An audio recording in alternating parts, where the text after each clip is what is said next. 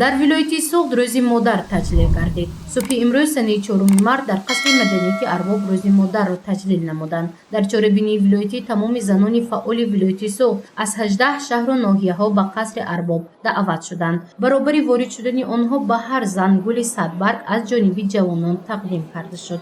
ин иқдом боиси рӯҳбаландии занҳо гардид.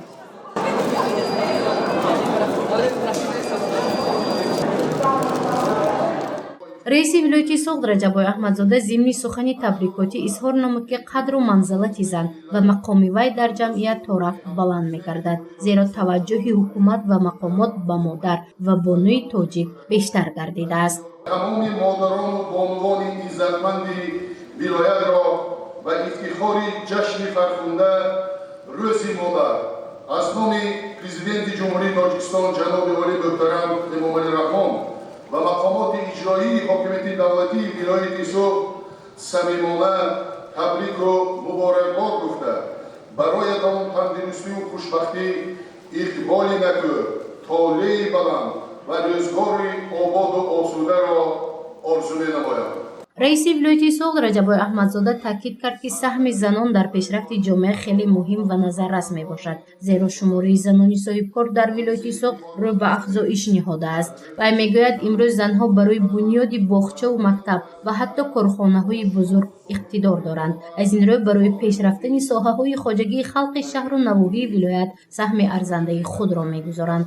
масалан, соҳибкорзан Каромат Назарова роҳбари ҷамъияти дорои масъулияташ маҳдуди Субҳи Зарринро ба ӯҳда дорад ва ё Ғания Муҳиддинова аз Исфара.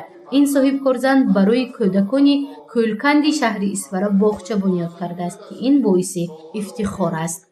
бо мақсади эҳёи ҳунарҳои миллӣ ниёгон ва бо ҷойи кор таъмин намудани занону духтарон дастгирии ҳунарҳои дастӣ ва меҳнатии хонагӣ дар саросари вилоят марказҳои таълимии истеҳсолӣ ташкил карда шуданд, ки имрӯз шумораи онҳо ба 282 адад расидааст.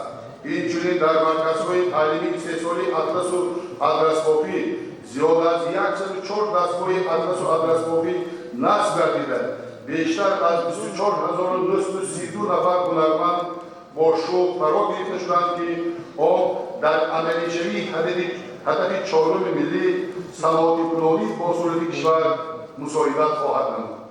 дар соҳаи тандурустии кишвар бошад беш аз 68% кормандон занҳо мебошад. дар раёсати тандурустии вилояти Суғд бошад шумораи занон беш аз 23 000 нафарро ташкил медиҳанд. раиси вилояти Суғд ҳангоми сухани табрикотӣ аз заҳмати ин гурӯҳи занон, ки ҳангоми авҷи пандемияи коронавирус хизмати софдилонаро адо карданд, изҳори миннатдорӣ кард. вай гуфт, занон барои беҳтар намудани саломатии беморон ва пешгирӣ аз бемориҳои сироятӣ саҳми босазо гузоштанд.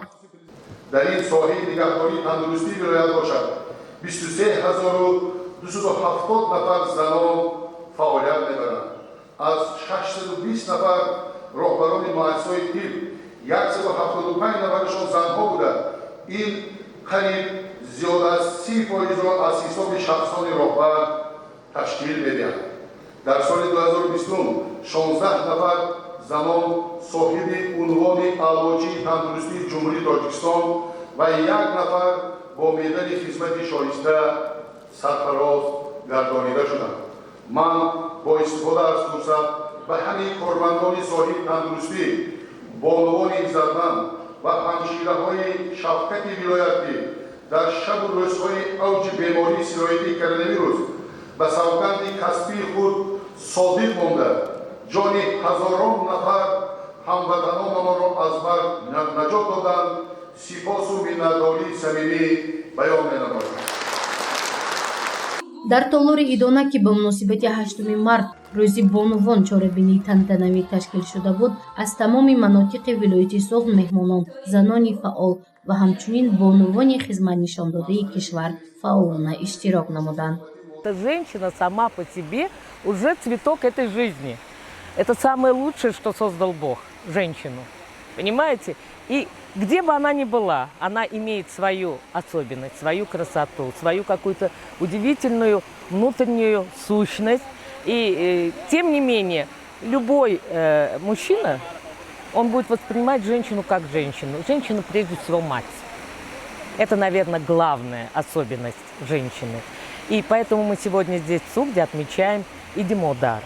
Идимодар, которое, в принципе, было установлено как новый праздник независимого Таджикистана, который посвящен лучшему творению Бога, как я сказала, матери. Матери, которая дает жизнь. Матери, которая растит дитя, будущее нашего Таджикистана. Поэтому сегодня, будучи гостей Сугдской области, я хочу пожелать в лице женщин Сугда, всем женщинам Таджикистана, прежде всего мира, согласия, единства, покоя в душе, уюта в душе, любви, радости, счастья. Чтобы это всегда сопровождало нас, и солнце всегда сияло одинаково, как на юге, так и на севере. ما امروز زنهای ولایت خیلی شاد و مسرور از آن هستیم که امروز در سطح ولایت روز مادر با شکوه تنتنه تجلیل گرفته ایستاده‌ایم و من از نام خودم و از نام اهل کارمندان مقامات تمام بانوان ولایت را با این جشن فرخنده تبریک و مبارکباد میگویم. بگذار زنهای ما همیشه گل شکوفان باشند و تمام خوشی‌های زندگی، بهترین آرزوها و لایق گردن الهی. مبارک باشد روز مادر.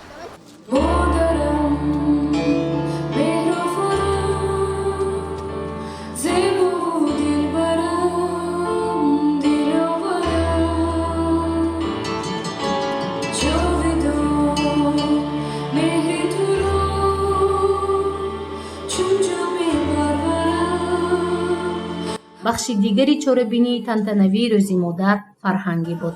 Сарорандагон ва ҳофизон аз модар, зан, бону ва хоҳар шеъру тарона қироат намуда ба қадру манзалати ӯ эҳтироми хоса гузоштанд.